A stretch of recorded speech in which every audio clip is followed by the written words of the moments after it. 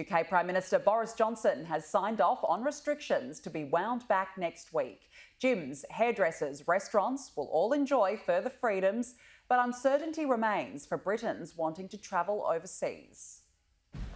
Small steps towards a new normal. The government's unlocking roadmap still on track. From Monday the 12th of April, we will move to step 2 of our roadmap. Reopening shops, gyms, zoos, holiday campsites, personal care services like hairdressers, and of course, beer gardens and outdoor hospitality of all kinds. Freedom's being returned, but with new conditions and big unknowns. No guarantees international travel will be permitted after May the 17th, and you could be asked to show a COVID-free certificate to go to a concert or even the pub. And to support all of that, twice weekly COVID tests. You can get these tests from your pharmacies, or your local test site. To Professor Whitty, Chile has one of the world's fastest vaccination rates, but it's also just had to close its borders to slow the spread of COVID and stop the influx of new variants from abroad. Is there anything we can learn from the Chile experience? In Chile, as you say, significant, remarkable effort by the Chilean people to vaccinate at a high level, but they have not had quite the same effect. Now, the assumption that just you vaccinate lots of people and the problem goes away, I think Chile is quite a good kind of corrective to that. Chile, a reminder that mass vaccination might not be our panacea. Government documents out today say stopping the influx of new variants is still a very important priority.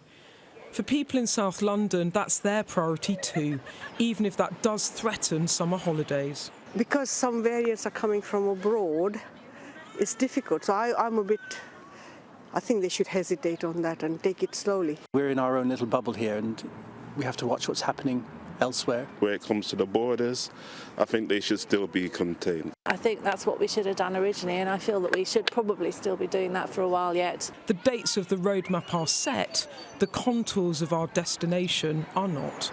Beth Rigby, Sky News, Westminster. And the British Prime Minister has confirmed international travel will return, accompanied by a risk-based traffic light system. Boris Johnson says for countries labelled green, there will be no self-isolation requirement on return to Britain. But testing before and after flying will be needed, and quarantine will remain for high-risk destinations. Horton-on-the-Water is known as the Venice of the Cotswolds, but it's still not clear whether this is as near as any of us will get to an Italian waterway or other foreign holiday hotspot this summer. The uncertainty over foreign travel can only be good for the UK tourist industry, which is coming out of hibernation. In England, the countdown from takeaways to alfresco dining has begun. At this hotel, they're preparing to welcome guests outdoors once more. Certainly a lot of people looking for June, July, August, September. And I think even if we do start to open up, I think people will still stay UK-based for their first holiday for this year. So kind of Spain, France, Italy's loss is your gain? Absolutely.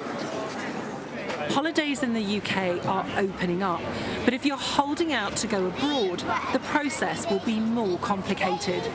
A traffic light system for travellers going abroad will mean holiday destinations are listed as red, amber or green. If you're returning from a red country, you'll have to spend 10 days in a quarantine hotel with regular COVID tests. Coming back from an amber country means self-isolation at home. A green country means negative tests pre-departure and post-arrival in the UK.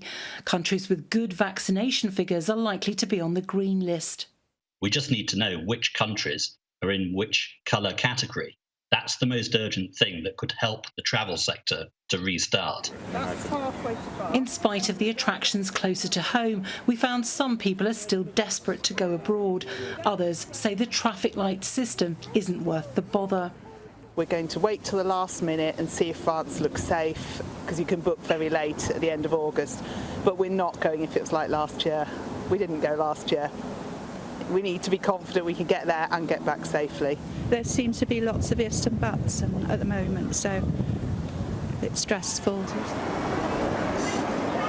The UK is lowering its guard, but it's not yet clear how holidays abroad will fit into that. The Prime Minister says he's hopeful they'll be allowed from the middle of May, but there's no guarantee. Lisa Holland, Sky News in the Cotswolds.